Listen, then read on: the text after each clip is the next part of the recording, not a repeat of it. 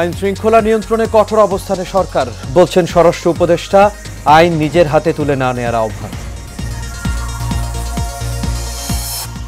সরকারের কিছু লোক ছাড়া বাকি সবাই অনিশ্চয়তায়, মন্তব্য রিজভির। তরুণদের জেগে ওঠার আহ্বান জামায়াত আমিরের। বৈষম্য বিরোধী আন্দোলনের সাবেক সমন্বয়কদের নেতৃত্বে নতুন ছাত্র সংগঠনের আত্মপ্রকাশ। পদ নিয়ে দুই পক্ষের হাতাহাতি। এবং মৃত্যুদণ্ডের রায়ের বিরুদ্ধে আপিলের অনুমতি পেলেন জামায়াত নেতা আজহারুল ইসলাম।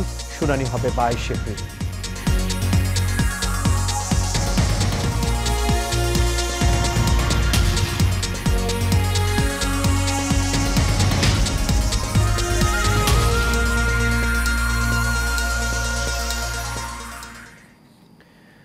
সবাইকে স্বাগত এশিয়ান প্রাইম নিউজে। দর্শক, পুরো সংবাদ জুড়ে আপনাদের সঙ্গে আছি আমি আনোয়ার রাজ। এতক্ষণ শুনছিলেন বিআরপি কেবল ইন্ডাস্ট্রিজ লিমিটেড সংবাদ শিরোনাম। এবার চলে যাচ্ছি পুরো খবরে। শান্তিপূর্ণ পরমাণু প্রযুক্তির বিকাশ ও অভিন্ন স্বার্থের ওপর গুরুত্বারোপ করে প্রধান উপদেষ্টা অধ্যাপক মোহাম্মদ ইউনূস বলেছেন, বাংলাদেশ রাশিয়ার সঙ্গে পরমাণু শক্তির ক্ষেত্রে সহযোগিতা সম্প্রসারণে আগ্রহী। বুধবার ঢাকায় রাষ্ট্রীয় অতিথি ভবন যমুনায় রাশিয়ান ফেডারেশনের রাষ্ট্রায়ত্ত পরমাণু শক্তি কর্পোরেশন রসাটমের মহাপরিচালক আলেক্সি লিখাচেভ অধ্যাপক ডক্টর ইউনূসের সঙ্গে সাক্ষাৎ করেন। বৈঠকে রূপপুর পারমাণবিক বিদ্যুৎ প্রকল্পের চলমান সহযোগিতা নিয়ে আলোচনা হয়। এ সময় আলোচনায় প্রধান উপদেষ্টা অধ্যাপক ইউনূস বাংলাদেশের ক্রমবর্ধমান জ্বালানি চাহিদা মেটাতে প্রকল্পটি সময়মতো সম্পন্ন করার ওপর গুরুত্বারোপ করেন। মহাপরিচালক লিখাচেভ পরমাণু প্রকল্পের অগ্রগতির সবশেষ পরিস্থিতি সম্পর্কে অধ্যাপক ডক্টর ইউনূসকে অবহিত করেন। বৈঠকে অন্যান্যের মধ্যে উপস্থিত ছিলেন প্রধান উপদেষ্টার মুখ্য সচিব সিরাজ উদ্দিন মিয়া, বিজ্ঞান ও প্রযুক্তি মন্ত্রণালয়ের সিনিয়র সচিব মোহাম্মদ মোকাব্বির হোসেন এবং অর্থনৈতিক সম্পর্ক বিভাগের সচিব মোহাম্মদ শাহরিয়ার কাদের সিদ্দিকী।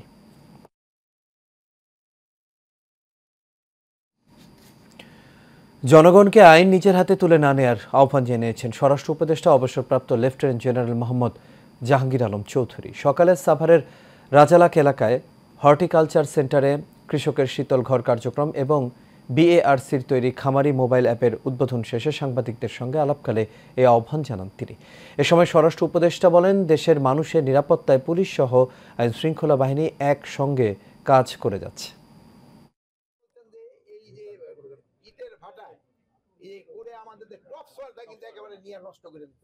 আইন আপনারা নিজের হাতে তুলে নেবেন না, আর পুলিশে বলবো তারা আরো বেশি অ্যাক্টিভেট হওয়ার জন্য, যেন এই ধরনের ঘটনা না ঘটে। আমরা কিছুদিনের মধ্যে শুধু পুলিশ না, অন্যান্য আইন শৃঙ্খলা বাহিনীর জনসংখ্যা আমরা বাড়াবো। সরকারের কিছু লোক ছাড়া পুরো দেশের মানুষ অনিশ্চয়তার মধ্যে জীবনযাপন করছে বলে মন্তব্য করেছেন বিএনপির সিনিয়র যুগ্ম মহাসচিব রুহুল কবির রিজভী। আজ বিএনপি চেয়ারপারসনের কার্যালয়ে আয়োজিত মানবিক সহায়তা প্রদান অনুষ্ঠানে এই কথা জানান তিনি। এ সময় রিজভী জানান, দেশের আইন শৃঙ্খলা পরিস্থিতির এত অবনতি হয়েছে যে ঘরে ঘরে গডফাদার তৈরি হয়েছে। কাউসার আহমেদের রিপোর্টে দেখুন বিস্তারিত।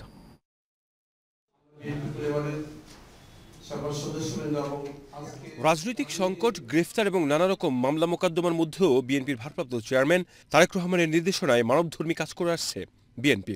এই ধারাবাহিকতা এবার ক্যান্সারে আক্রান্ত মানুষদের পাশে দাঁড়ালো আমরা বিএনপি পরিবার। আমি আজীবন আমার পরিবার, আমার ছেলেমেয়ে চেয়ারম্যানের কাছে কৃতজ্ঞ হয়ে থাকবো। সহায়তা প্রদান অনুষ্ঠানে নগদ অর্থ তুলে দিয়ে বিএনপির সিনিয়র যুগ্ম মহাসচিব রুহুল কবির রিজভী বলেন, রাজনীতি মানে শুধুমাত্র মিছিল মিটিং করা নয়। শুধুমাত্র রাজনৈতিক ক্যারিয়ারের মধ্যে দিয়ে আজকের যে বেড়ে ওঠা, তার মধ্যে আমরা এই ধরনের এই সংকটের মধ্যে এই কাজগুলো আমাদেরকে আমরা করে যাব। সামনে আমাদের মনে হয় আরো হয়তো লড়াই হতে পারে, আরো আমাদের কঠিন পরিস্থিতির মুখোমুখি হতে পারে। নানা পরিস্থিতির মধ্যেও বিএনপির এই মানবধর্মী কাজের কখনোই ব্যত্যয় ঘটবে না। তিনি জানান, জাতীয় ঐক্যে ফাটল ধরানোর চেষ্টা করছে কিছু মানুষ। আমরা হয়তো কিছুটা নির্ভয়ে কাটাচ্ছি, রাষ্ট্রের পক্ষ থেকে হয়তো পুলিশ আমাদেরকে ধরবে না, কিন্তু রাস্তাঘাটে, পাড়ায়, মহল্লায় সন্ত্রাসীদের যে উৎপাত, মাঠে যে ক্রাইমগুলো হচ্ছে, সমাজে যে ক্রাইমগুলো হচ্ছে, সেই ক্রাইমগুলো কেন দমন করা যাচ্ছে না? অনেকে বলছেন পুলিশ ঠিকমতো কাজ করছে না। তো স্বরাষ্ট্র উপদেষ্টার তো দায়িত্ব যে পুলিশ কেন কাজ করছে না সেটা দেখা, দ্রুত সেখানে পদক্ষেপ নেওয়া। বক্তব্যে আইনশৃঙ্খলা পরিস্থিতির অবনতির কথা উল্লেখ করে দ্রুত এর সমাধানের আহ্বান জানান রুহুল কবির রিজভী। আজকে বিভিন্ন পাড়া মহল্লা মনে হচ্ছে অরক্ষিত। কাউসার আহমেদ, এশিয়ান টেলিভিশন, ঢাকা। অন্তর্বর্তী সরকারের তথ্য সম্প্রচার মন্ত্রণালয়ের নতুন উপদেষ্টা হলেন মোহাম্মদ মাহফুজ আলম। মন্ত্রিপরিষদ বিভাগের এক প্রজ্ঞাপনে এসব তথ্য জানানো হয়েছে। মঙ্গলবার তথ্য সম্প্রচার মন্ত্রণালয় এবং ডাক, টেলিযোগাযোগ ও তথ্য প্রযুক্তি মন্ত্রণালয়ের উপদেষ্টা পদ থেকে পদত্যাগ করেন মোহাম্মদ নাহিদ ইসলাম।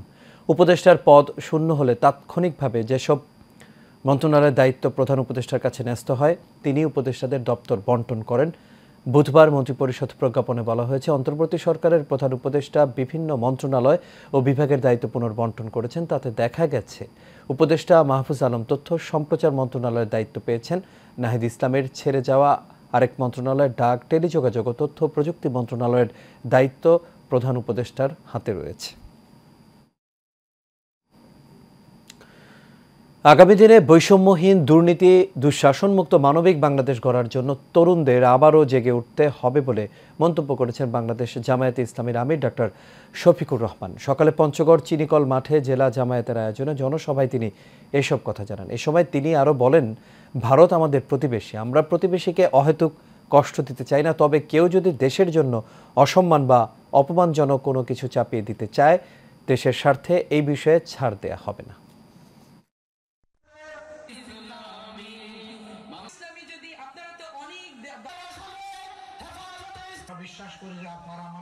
ভারত আমাদের নিকটতম প্রতিবেশী, আমরা আমাদের প্রতিবেশীকে অহেতুক কষ্ট দিতে চাই না।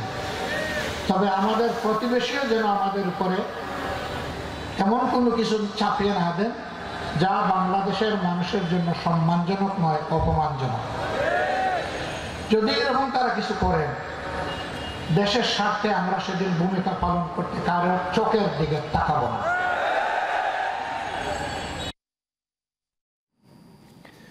বৈষম্য বিরোধী ছাত্র আন্দোলনের সাবেক সমন্বয়কদের উদ্যোগে নতুন ছাত্র সংগঠন গণতান্ত্রিক ছাত্র সংসদের আত্মপ্রকাশ হয়েছে।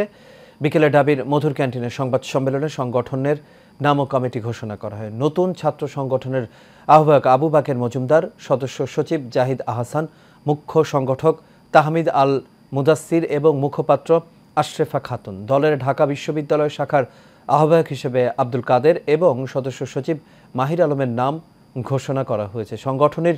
সংগঠনটির প্রতিপাদ্য ঠিক করা হয়েছে স্টুডেন্টস ফার্স্ট, বাংলাদেশ ফার্স্ট। তবে কমিটি ঘোষণা নিয়ে দুই পক্ষের মধ্যে বিক্ষোভ, হাতাহাতির ঘটনা ঘটেছে।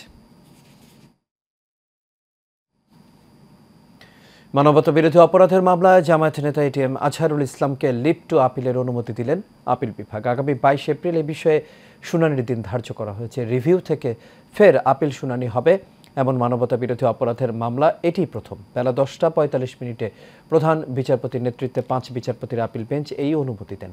আজহারের পক্ষে শুনানি করেন আইনজীবী ব্যারিস্টার আহসান আবদুল্লাহ সিদ্দিকী। প্রসিকিউশনের পক্ষ ছিলেন অ্যাডভোকেট গাজী MH তামিম। পরে আইনজীবীরা বলেন, 4টি গ্রাউন্ডে আপিল বিভাগ রিভিউ মঞ্জুর করেছেন। একই সঙ্গে আদালত মূল আপিল শুনানির জন্য আগামী 22 এপ্রিল দিন ধার্য করেছেন। এর আগে গতকাল মানবতাবিরোধী অপরাধের মামলায় জামায়াত নেতা এটিএম আজহারুল ইসলামের মৃত্যুদণ্ডের রায়ের বিরুদ্ধে রিভিউ আবেদনের প্রথম দিনের শুনানি শেষ হয়। রিভিউ শুনানির জন্য দিন ধার্য ছিল এবং ওনারা রিভিউটা শুনেছেন এবং রিভিউ অ্যাপ্লিকেশনটা অ্যালাউ হয়েছে 4টা গ্রাউন্ডে। দুটো মেইন গ্রাউন্ড। প্রথম গ্রাউন্ড হচ্ছে যে অ্যাপেলেট ডিভিশন 2019 সালে যে রায় দিয়েছিলেন সেখানে ওনারা ইন্টারন্যাশনাল ল মানেন নাই। সেকেন্ড যে গ্রাউন্ডে রিভিউ লিভ গ্রাউন্ড হয়েছে, রিভিউ অ্যাপ্লিকেশনটা অ্যালাউ হয়েছে, সেটা হচ্ছে যে ওনারা যেভাবে ইন্টারপ্রিট করেছেন আইনটাকে, সেই ইন্টারপ্রিটেশনটা ম্যালিফাইড ছিল। এই গ্রাউন্ড আমরা নিয়েছি, এটা আমাদের বক্তব্য ছিল এবং এই গ্রাউন্ডেও আমাদের রিভিউ অ্যাপ্লিকেশনটা অ্যালাউ হয়েছে। বাংলাদেশ সফরে আসছেন জাতিসংঘের মহাসচিব অ্যান্তনিও গুতেরেস। আগামী 13ই মার্চ তিনি ঢাকায় পা রাখবেন। 16ই মার্চ পর্যন্ত তিনি বাংলাদেশ সফর করবেন। এক প্রেস বিজ্ঞপ্তিতে এসব তথ্য জানিয়েছেন নিউ ইয়র্কে জাতিসংঘের বাংলাদেশে স্থায়ী মিশন। বিজ্ঞপ্তিতে জানানো হয়, প্রধান উপদেষ্টা ডক্টর মোহাম্মদ ইউনূসের আমন্ত্রণে এই সফরে আসবেন জাতিসংঘের মহাসচিব। গত 7 ফেব্রুয়ারি নিউ ইয়র্কে মহাসচিবের সাথে সাক্ষাতের সময় রোহিঙ্গা ইস্যু এবং অগ্রাধিকার বিষয়ক প্রধান উপদেষ্টার উচ্চ প্রতিনিধি ডক্টর খলিলুর রহমান তার হাতে আমন্ত্রণ পত্রটি তুলে দেন। জানা গেছে, এই সফরে জাতিসংঘের মহাসচিব প্রধান উপদেষ্টা ডক্টর মোহাম্মদ ইউনূসের সঙ্গে বৈঠক করবেন।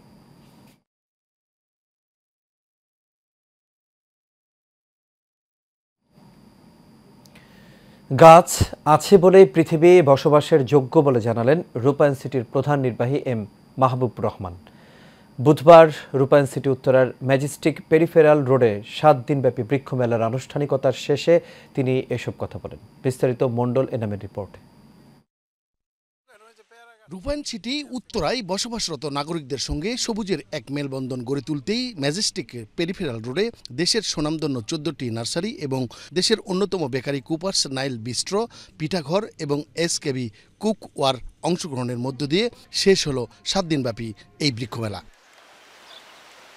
রূপায়ণ সিটি উত্তরা এখন রাজধানীর বুকে বিশুদ্ধ অক্সিজেনের চেম্বার হিসেবে পরিচিত হয়েছে বলে জানান রূপায়ণ গ্রুপের মার্কেটিং ডিরেক্টর অমিত চক্রবর্তী। ইতিমধ্যে রূপায়ণ সিটি ঢাকা শহরের মধ্যে একটা বিশুদ্ধ অক্সিজেন চেম্বার হিসেবে পরিচিতি লাভ করেছে। সেই অক্সিজেন চেম্বার খ্যাত রূপায়ণ সিটি উত্তরার মধ্যে এই যে একটা সুন্দর গ্রিন কার্নিভাল হয়ে গেল, তো আমরা মনে করছি যে এটা মানুষকে সবুজে বসবাস করার জন্য আরও বেশি উৎসাহ দিয়ে গেল। তো ভবিষ্যতে আমাদের এরকম কার্যক্রম আরও অব্যাহত থাকবে। এ সময় রূপায়ণ সিটির প্রধান নির্বাহী এম মাহবুব রহমান বলেন, খাদ্য, বস্ত্র, বাসস্থান, অক্সিজেন, ঔষধ ইত্যাদি গাছ থেকেই আসে, তাই গাছের উপকারিতা বলে শেষ করা যাবে না। আজকে যারা এখানে পার্টিসিপেট করেছেন আমাদের গ্রিন কার্নিভালে, এখানে নার্সারি নিয়ে যারা এসেছেন তাদের সবাইকে আমি আন্তরিকভাবে ধন্যবাদ জানাচ্ছি এই আয়োজনটাকে সাকসেসফুলি কমপ্লিট করার জন্যে। আর আগামীতেও আমাদের আরও বেশ কিছু প্রোগ্রাম আছে এই কমিউনিটি এঙ্গেজমেন্টকে নিয়ে। এটা আসলে কন্টিনিউয়াস প্রসেস, আমরা কন্টিনিউ করে যাচ্ছি। সামনে তাদের গেট টুগেদার আছে, আমরা একটা আয়োজন করতে যাচ্ছি এই হোল কমিউনিটি মানুষ যারা আছেন তাদেরকে নিয়ে। আর এর বাইরে তো আমরা বিভিন্ন অকেশনে সবসময় আয়োজন করেই থাকি।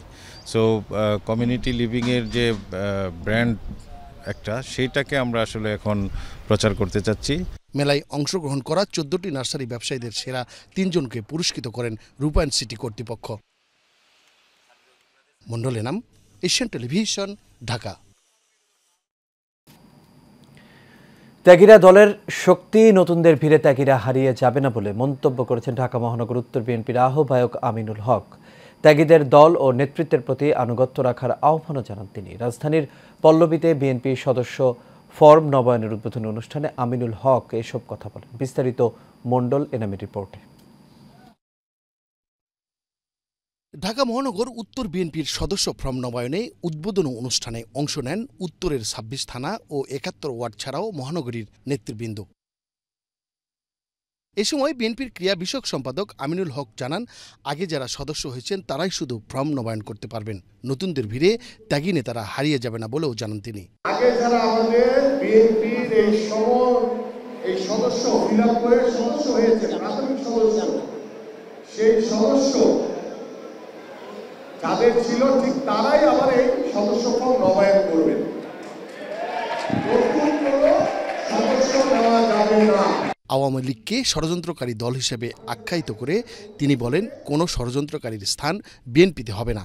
আওয়ামী লীগ কখনো এদেশের মানুষের বন্ধু হতে পারে না, এদেশের মানুষের ভাই হতে পারে না, এবং তারা ষড়যন্ত্রকারী, এবং বিএনপিতে কোনো ষড়যন্ত্রকারীর কোনো স্থান নাই।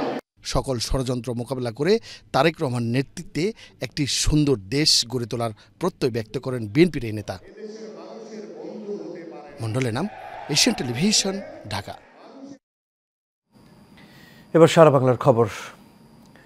অবৈধ গ্যাস সংযোগ বিচ্ছিন্ন করতে Titas gas transmission and distribution কোম্পানির উদ্যোগে গাজীপুরের কালিয়াকৈরের মৌচা কারাবাড়ি এলাকায় অভিযান চালানো হয়েছে। এক্সিকিউটিভ ম্যাজিস্ট্রেট নুসরাত জাহান অনন্যা এর নেতৃত্বে এই অভিযান পরিচালনা করা হয়। সময় 20টি বাড়িতে 180টি চুলার সংযোগ বিচ্ছিন্ন করা হয়। জব্দ করা হয়েছে অবৈধ চুলা, রাইজার, পাইপ সহ বিভিন্ন মালামাল। এ সময় অবৈধ গ্যাস ব্যবহারের দায়ে 2 জনকে 60,000 টাকা জরিমানা করা হয়। এ সময় আরও উপস্থিত ছিলেন চন্দ্র আঞ্চলিক বিক্রয় শাখার ব্যবস্থাপক প্রকৌশলী খোরশেদ আলম, প্রকৌশলী মোস্তফা মাহবুব, ব্যবস্থাপক মোহাম্মদ আমজাদ হোসেন, উপব্যবস্থাপক প্রকৌশলী মোহাম্মদ তৌহিদুল আরেফিন, সহকারী প্রকৌশলী মাসুদ বিন ইউসুফ, সহকারী ব্যবস্থাপক মোহাম্মদ শাইজুল ইসলাম, উপসহকারী প্রকৌশলী মোহাম্মদ নুরুনবী সহ অন্যান্য কর্মকর্তা ও কর্মচারীবৃন্দ।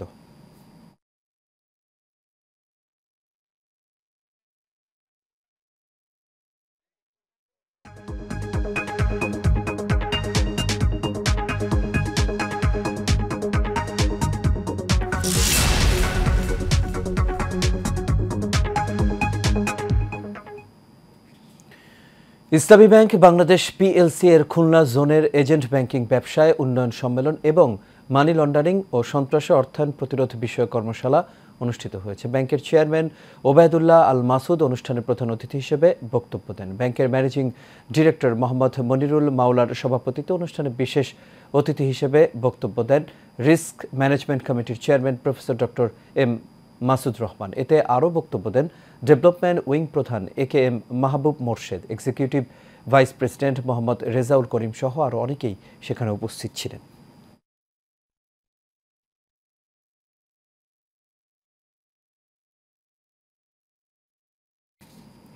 আর এর সাথে শেষ করবে এশিয়ান প্রাইম নিউজ। তবে যাবার আগে BRB কেবল ইন্ডাস্ট্রিজ লিমিটেড সংবাদ শিরোনামগুলো দেখে নেবে দর্শক আরও একবার। জনগণকে আইন নিজের হাতে তুলে না নেওয়ার আহ্বান স্বরাষ্ট্র উপদেষ্টার। আইন শৃঙ্খলা নিয়ন্ত্রণে কঠোর অবস্থানে সরকার। সরকারের কিছু লোক ছাড়া পুরো দেশের মানুষ অনিশ্চয়তায়, মন্তব্য রিজভির। তরুণদের জেগে ওঠার আহ্বান জামায়াত আমিরের। বৈষম্য বিরোধী আন্দোলনের সাবেক সমন্বয়কদের নতুন ছাত্র সংগঠনের আত্মপ্রকাশ। পথ পাওয়া নিয়ে দুপক্ষের হাতাহাতি।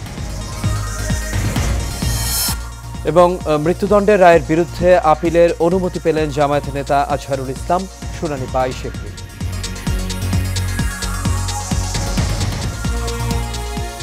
দর্শক, এই ছিল আমাদের এখনকার আয়োজনে। আমাদের পরবর্তী সংবাদ দেখার আমন্ত্রণ রইল। এতক্ষণ সাথে থাকার জন্য সবাইকে ধন্যবাদ।